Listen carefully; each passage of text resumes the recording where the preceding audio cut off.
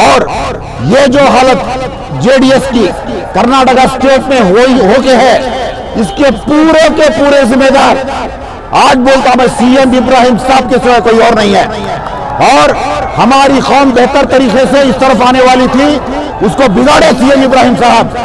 और ये कुमार रंडा की और जेडीएस पार्टी की बदनसीबी है कि सीएम इब्राहिम साहब के जैसे आदमी को प्रेसिडेंट बनाए, वरना ये पार्टी की ये हालत नहीं होती थी। कर्नाटक असेंबली इलेक्शन में जेडीएस की बुरी हालत के लिए सीएम इब्राहिम जिम्मेदार हैं। सीएम इब्राहिम की वजह से जेडीएस पार्टी को शिकस्त हुई है। जेडीएस के साबिक लीडर और हाल ही में कांग्रेस पार्टी में शामिल होने वाले शमसुल हक खान ने बेंगलुरु में ये बात कही। शमसुल हक खान ने कांग्रेस की जीत पर खुशी का इजहार किया। बेंगलुरु में कर्नाटक प्रदेश कांग्रेस कमेटी के दफ्तर के बाहर मनाए गए जश्न में शमसुल हक खान ने हिस्सा लिया।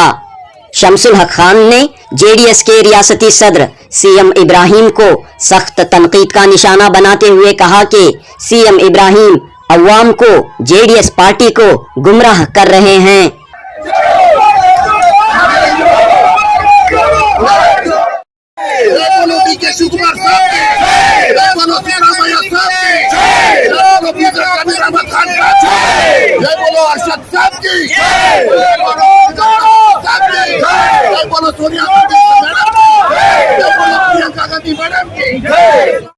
सबसे पहले आपको मुबारकबाद।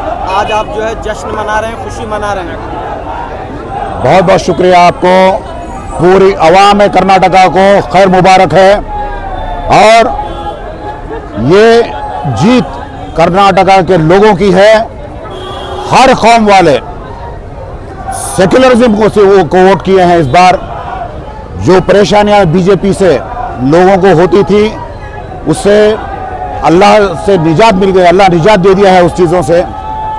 अब इंशाअल्लाह कांग्रेस की जो भी बेहतरी है, जो भी कर्नाटका की बेहतरी है, वो कांग्रेस के हाथों में है। चंद दिनों पहले आप जेडीएस में थे, स्टेट लेवल के पोजीशन में थे, स्टेट माइनॉरिटी मोर्चे के आप जो है प्रेसिडेंट थे। तो आप जेडीएस आपने छोड़कर अचानक कांग्रेस में आने का फैसला क्यों लिया? नहीं, देखो, जब मैं जेडीएस में मुझे बुलाया गया कुमार स्वामी साहब से और सीएम इब्राहिम साहब से, उनका ये वादा था, उनसे बातचीत हुई थी मेरी कि कम से कम 30 से 35 सीट मुसलमानों को देना बोल के। उसके बाद में जो सेलेक्टिंग कमेटी में थे, सेलेक्टिंग कमेटी में उससे मुझे बाहर निकाले वो लोग। जब मैं मुसलमानों को देना बोल के सवाल रखा, पहले क्या करें मान लिए, उसके बाद में मुझे पार्टी में ले लिए। पार्टी में लेकर रबा लेने के बाद में 1 साल वो लोग जब टिकट देने की बात आई, मुसलमानों को बाजू रख दिए। और बाद में मैं जब लड़ना चालू करा, मुसलमानों को ये सीटें देना है, इतना कम से कम इतने परसेंटेज हमारे को देना है, जो बात हुई थी उतना करो बोल के, तो ये लीडर्स मुझे कॉर्नर करना शुरू कर दिए। उसके बाद में इनको मैं समझाया तो भी नहीं सुने। पहले लिस्ट में खाली 6 आदमी 6 मुसलमान को दिए थे। उसके बाद जब मैं उनसे सवाल करना शुरू करा तो इब्राहिम साहब क्या करे, सेलेक्टिंग पैनल से बाहर रखे। उसके बाद में जो चीज़ें दायरे के अंदर जो कोर कमेटी के अंदर हुआ करती थी, उससे भी बाहर रखे। इब्राहिम साहब की एक चाल थी कि अगर मैं पार्टी में रहा तो माइनॉरिटीज स्ट्रांग हो जाते हैं और माइनॉरिटीज में और ज्यादा लीडर्स पैदा हो जाते हैं बोल को उनको एक फिक्र हो गई। उनकी जगह कोई ना कोई और ना छीन ले बोल के एक परेशानी हो गई उनको। और ये जो हालत जेडीएस की कर्नाटका स्टेट में होके है, इसके पूरे के पूरे जिम्मेदार आज बोलता मैं सीएम इब्राहिम साहब के सिवा कोई और नहीं है। और हमारी कौम बेहतर तरीके से इस तरफ आने वाली थी, उसको बिगाड़े सीएम इब्राहिम साहब। और ये कुमार रंडा की और जेडीएस पार्टी की बदनसीबी है कि सीएम इब्राहिम साहब के जैसे आदमी को प्रेसिडेंट बनाए, वरना ये पार्टी की ये हालत नहीं होती थी। और इसकी पूरी जिम्मेदारी सीएम इब्राहिम साहब की है, किसी और की नहीं। क्यों? और हमारी कौम के साथ खिलवाड़ ये मैं बिल्कुल बर्दाश्त नहीं करता बोल के उनको मालूम था। जब भी लोग ये खेलना शुरू करे, जो हमारे स्ट्रांग माइनॉरिटी का जो कॉन्स्टिट्यूएंसीज थे, वहां भी डब्बी कैंडिडेट डालने का काम शुरू करे इब्राहिम साहब, सब जगह सेटिंग का काम शुरू करे। ये देखने के बाद मेरा ज़मीर गवारा नहीं दिया कि मैं उस पार्टी में रुकूं।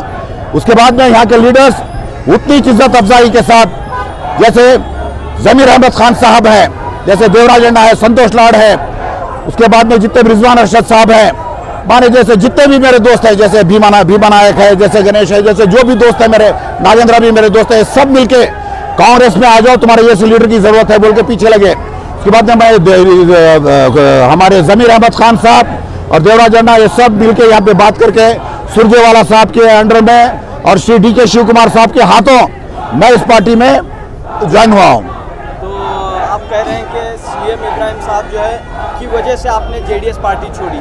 बिल्कुल, मैं इस JDS में आने की वजह भी CM इब्राहिम साहब थे।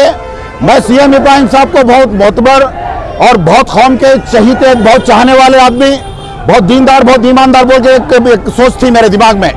जब आते आते मालूम हुआ कि सिवाय पैसे के, सिवाय इनकी जो बेहतरी के कोई और सोच नहीं है इनके दिमाग में, यह जब समझ में आया मुझे, उसके बाद मैं ये पार्टी छोड़ने का डिसाइड करा हूँ। कांग्रेस पार्टी में आप क्या उम्मीद रखते हैं? नहीं, देखो मैं 30 साल से कांग्रेस में हूँ। मेरे मेरे दादा कांग्रेस के, मेरे वालिद कांग्रेस के, मैं 2 MP इलेक्शन और 4 MLA इलेक्शन कांग्रेस के लिए कराया मैं काम, समझे। हमारी कॉन्स्टिट्यूएंसी में हम लोग पहले से भी कांग्रेस के लोग हैं।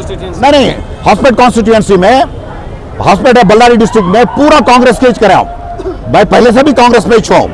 खाली ये 9-10 महीने में JDS में इनो बुलाने की वजह से कौम की कोई बेहतरी होती बोल के समझ के मैं JDS में आया।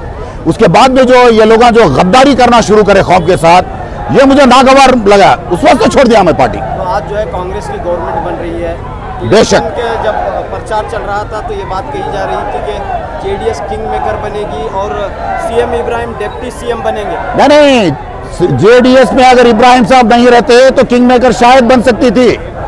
ये कुमार अन्ना साहब की सबसे बड़ी गलती है कि इब्राहिम साहब के जैसे को पार्टी प्रेसिडेंट बनाए। कोई फिक्रमंद आदमी को बनाना था, ये पैसे की जिसको फिक्र थी वैसे आदमी को बना के गलती करे कुमार स्वामी साहब। और अगर आगे भी अगर बेहतर चाहते हैं तो कुमार स्वामी साहब सोचना है इसके बारे में। कांग्रेस में जब थे इन्हों, जब भी इनका यह तरीका था, यह रवैया था, उस वास्ते कांग्रेस इनको निकाली। और ये चुपके बोलते हैं कि कांग्रेस में छोड़ के आया बोल के। कांग्रेस इनको कॉर्नर कर डाली क्योंकि इनकी सोच और इनकी समझ कांग्रेस वाले समझ गए थे। मुझे समझने में 4-5 महीने लेट हो गए, 4-5 महीने देरी हो गई मेरे से। वो एक गलती मेरे से हुई है कि मैं इब्राहिम साहब को समझने में गलती देर करें। आज आप खुश हैं? मैं नहीं, पूरी कर्नाटका की आवाम खुश है और इंशाअल्लाह खुसूसन हमारी कौम हद से ज्यादा खुश है। और हमारी कौम का मुस्तकबिल किसी के हाथों महफूज है तो आज कांग्रेस पार्टी के हाथों महफूज है, क्योंकि सिद्धरामैया साहब के जैसे लीडर और DK शिव कुमार साहब के जैसे लीडर, BZ जमीर अहमद खान साहब के जैसे लीडर हमारे स्टेट में रहना, ये हमारी खुशनसीबी है। श्री राहुल गांधी साहब की नेशनल लेवल में लीडरशिप और श्री प्रियंका गांधी मैडम और सोनिया गांधी मैडम की जो भी हमारे ऊपर जो भी उनका करम और दुआएं हैं, इंशाअल्लाह ये स्टेट नहीं है, आगे जितने भी इलेक्शंस होने वाले हैं कांग्रेस ही जीतने वाली है इंशाअल्लाह। ये मेरी सोच है।